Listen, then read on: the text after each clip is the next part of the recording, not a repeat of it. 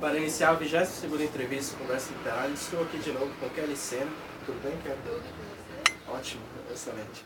E para iniciar os livros, eu quero primeiro falar do Pianista, que é o livro que você me prestou, uma capa linda, um laço. Esse livro você leu, você ganhou, comprou? É, ganhei. E, inclusive, Lilás, você botou Lilás. Combinado. É. O livro, você lembra o enredo do livro? Que pra mim tá... Lembro, sim, ele trata da história de Vladimir Filho, né, o próprio autor. E ele era judeu, né, ele morava na Polônia com a sua família. E foi na época do gueto de Varsóvia, né, quando a Alemanha invadiu, né, lá. E como ele era judeu e ele amava o piano, amava tocar o piano, ele, mesmo com a invasão, ele conseguiu manter a paixão dele. Ele tocava no restaurante na época, então ele retrata com nítidos detalhes os acontecimentos da Segunda Guerra, da invasão, o que ele via acontecer, o que ele tinha que fazer, até às vezes escondido para tocar. Então ele retrata isso em todo o enredo, porque ele, no final, quando ele consegue, né, se manter mais tocando no restaurante, que nós havíamos dito, que ele conhece o dono do restaurante, que ele é casado, e eles até fogem juntos numa parte do livro, né? E ele retrata tudo isso. O livro foi lançado, mas ele, antes ele havia sido... Em partes, né? em partes, assim, ele tinha escrito, né, os acontecimentos do que tinha ocorrido com ele na época do gueto. Só que foi barrado a publicação do livro dele, ele foi só publicado 50 anos depois. Mesmo assim, ele foi conseguir publicar, né, há muito tempo depois do que tinha acontecido, porque os alemães, no caso, eles viram a história e eles barraram a história dele. Sim, eu vejo também o Diário de Anne Frank, em partes, na época, não publicou na íntegra. Eu olhei a versão completa, mas o que me chamou a atenção no Pianista, que eu comecei errado no Pianista, eu assisti o filme antes de ler o livro. O que mais me chamou a atenção é porque tanto o livro, o filme, ele se completa e eu não consigo identificar, falar que o livro é melhor do que o filme. O filme é muito bom e o livro é muito bom. O livro é curto. Eu imaginei que o Pianista fosse isso aqui completo, porque são 3 livros. 4 livros. Que é o Trem do Natal, o Sorriso Assassino e a Deriva. 4 livros em um. Eu percebi que é curto, não é por ser curto que você vê uma ampliação no filme. Mas o filme tem alguns detalhes, talvez o que o diretor quis colocar, o roteirista, quiser inserir uma parte do livro que, uma das partes mais me chamou a atenção, que é o cotidiano do Spielmann. Que esse cotidiano dele, ele sempre, no piano, era como se fosse o seu, podemos fazer uma metáfora da psicanálise, é o seu subconsciente, a sua consciência, ele tem o subconsciente. Como se fosse uma extensão dele. Exato, a extensão corporal, podemos dizer, espiritual. Que é que ele trabalhava na rádio, né? E depois conseguiu, mesmo com a invasão, o sofrimento dos judeus, que eles tiveram que ser levados, né, aos campos de consagração, ele via o que acontecia com os outros judeus e mesmo assim ele conseguiu estar tocando, e às vezes escondido, e conseguiu sobreviver, né? Um dos poucos sobreviventes da vida de Varsóvia. E esse eu vou dar spoiler, mas o final é muito chocante para perceber que o alemão seria o grande salvador da vida dele. Um soldado alemão que se vê resignado por exemplo, um soldado alemão, mas com o coração a se partir por ter feito as atrocidades e por ter aceitado fazer aquilo.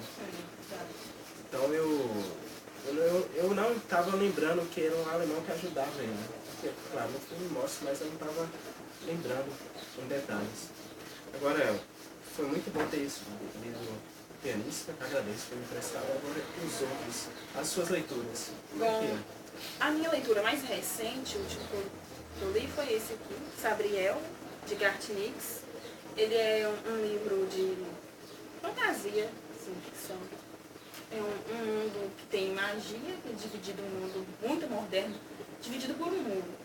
De um lado, uma cidade bem moderna, e do outro lado, como se fosse, como posso dizer, um país onde tem a magia em si dizendo mesmo.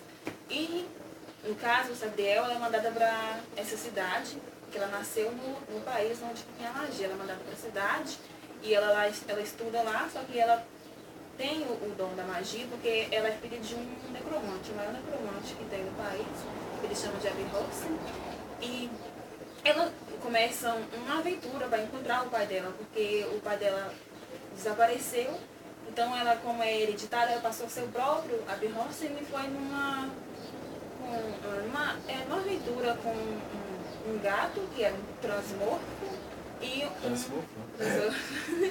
e um jovem que ela encontra, um jovem que ele tinha feito parte de uma guerra há muito tempo atrás e ele tinha ficado petrificado. Então é uma coisa bem assim de magia, essas coisas assim. E ela tem o poder dela especificamente é com os mortos. Ela lida para atravessar os mortos, que no caso, do lugar onde ela vai, são 6 portões. Aí tem a travessia de cada portão, no caso, no livro dos mortos. E ela que é responsável por exemplo, se tiver almas errantes a passar por cada portão, ela especificamente vai ser o poder dela, dos mortos. Interessante. E o próximo? Claro, né? Emily Blunt, não poderia faltar. É o Morro dos Ventos Uivantes. Eu tenho um amor imenso por esse livro, uma história fascinante. Já leu? Eu não li, mas eu já vi o filme. Ainda não tive essa oportunidade. Bom, ele trata da história de Catherine Radcliffe, mas em resumo, porque são 3 gerações. Então, contam da primeira, que na verdade começa o livro com Radcliffe já mais velho, assim, morando ainda no Morro dos Ventos Uivantes, que chega um senhor Lockwood e ele encontra fotos da Catherine, que era amada do Radcliffe, e ele procura saber mais da história, que foi uma história trágica, era uma história de amor trágica, que Radcliffe antigamente ele era empregado da casa, e ele e a Catherine se apaixonaram, só que o pai dela não permitia, então ele era um moço bom, e no final do livro você vê que a amargura de tudo que aconteceu com ele, porque aconteceram muitas coisas trágicas na vida dele, por ele ser pobre, por ele ser o criado da casa, então, e ele não poder ter ficado com ela, e ela acaba morrendo também, então acontece muitas coisas trágicas que fizeram com que ele se tornasse uma pessoa amarga no final de sua vida. Então é bem difícil, no começo do livro você vê ele como uma pessoa bem fria, dura, impossível de lidar, até que você lê todo o livro e percebe o que aconteceu com ele, levou ele a ser assim, você entende um pouco dessa natureza dele, porque ele se tornou uma pessoa assim, porque nas 3 gerações os três casais se apaixonaram, então sempre teve muita coisa trágica, é bem trágico, mas aí você conhece a história, é uma história linda. Agora imaginar aí também essa relação de uma história começa com alguém que era mais pobre, um servo, e a outra é uma família rica. Romeu e Julieta também se passa assim. É uma família rica, pobre, uma rival que quer conquistar, e a outra que quer rivalizar. E ele cresce porque ele consegue se firmar na vida, então ele acaba sendo o senhor da casa no final, ele é rico no final e ele é até avesso a receber visitas. E foi engraçado quando o senhor chegou na mansão que estava chovendo, né? Então eu não podia mandar ela embora, porque ele é bem, como eu posso dizer, rancoroso, assim, ácido com as pessoas, que ele se tornou, né, no decorrer da passagem dos acontecimentos no livro. Mas é uma ótima leitura. Pelo filme é muito melodramático. Pelo filme dá para perceber como é denso o livro, só que o livro é somente, não é ele completo, ele está completo, essa edição não, está completo, ele é edição bilíngue, aliás. Interessante. E o próximo? O próximo é uma trilogia. O Inferno de Gabriel, a Redenção de Gabriel e o Julgamento de Gabriel. Essa trilogia ela é baseada na Divina Comédia. Dante. A Divina Comédia, né, que é um autor italiano, Dante Alighieri, que nesse livro os principais são Gabriel e Júlia. Ele é um doutor, a especialização dele é em Dante. E quando a Júlia era jovem, ele conheceu o professor Gabriel, que ele é professor na universidade, e ele apresentou para ela o mundo de Dante e Beatriz, né? Porque a Divina Comédia, né, conta a história de Dante e Beatriz, que ele... É longa a história para eu contar, então não vou contar os detalhes. No primeiro livro. Os três são baseados. No caso, seria o inferno de Dante, o purgatório de Dante e o paraíso de Dante. Aí, no livro, na trilogia, no caso, é o inferno de Gabriel, o julgamento e a redenção. Mas eles contam também nos livros a história de Dante e Beatriz. É uma história linda também. Me apaixonei pela Divina Comédia, foi pelos livros aqui. E tem toda essa coisa, a cultura italiana. Também. Aí, e eles voltam a se encontrar, porque eles, quando eles se conheceram, eles perderam o contato. E eles voltam a se encontrar muitos anos depois, ele como professor dela, ela na faculdade, ela fazendo um mestrado também, porque ela também queria se especializar em Dante. Porque ela também, ele despertou nela esse amor pela cultura italiana, por Dante, pela história de Dante, Beatriz. Então, como fazendo um paralelo, na história também tem como se fosse um Virgílio, porque na história original, né, tem um Virgílio que Beatriz mandou ele no inferno para trazer Dante de volta, porque ele foi erroneamente para o inferno, né? Então ele vai para o paraíso depois. Uma história muito linda também, né? A Divina Comédia, porque Dante era apaixonado por Beatriz Portinari, e ele escreveu Não sei se foi parente. Vai que, né? Aí ele escrevia muitos poemas, declarações para ela. Mas a história é bem mais do que só isso. Então tem que ser uma história pesquisada, lida. E é baseado, e eles se reencontram, só que ele não se lembra dela quando eles se reencontram, quando ele é professor dela. Então vai de um processo até ele se lembrar dela. Aí eles acabam ficando juntos e eles vão...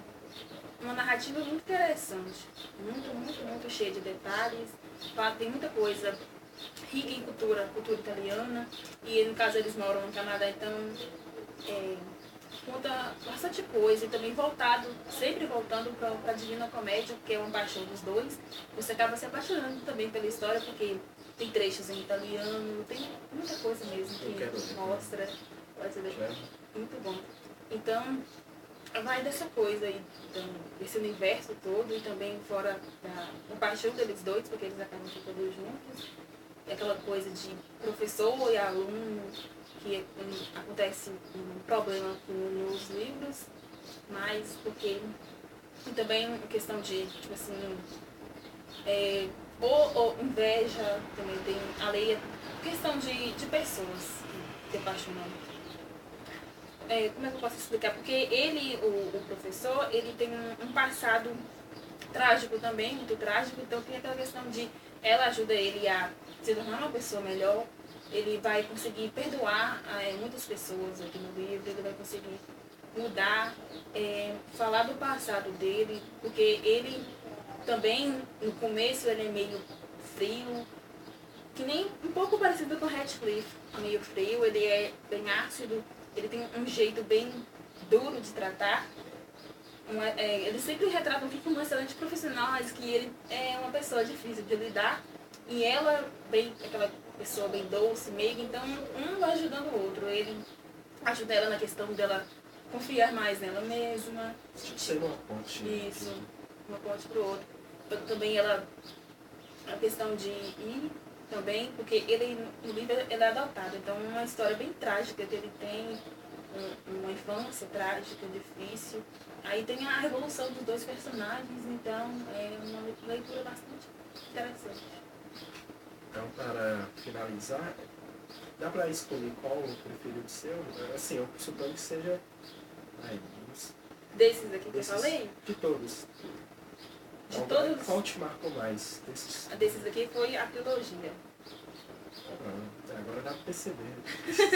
Tem que ler, é muito. É completo, a trilogia, a história se torna completa. Em cada degrau, em cada livro, o primeiro, o segundo, o terceiro. Kelly, eu gostaria de agradecer por ter aceito de novo o convite. Espero por uma nova conversa literária com outros livros, ou seja, outras leituras. E o escrito, algum texto seu que quiser expor, então na próxima a gente faz isso.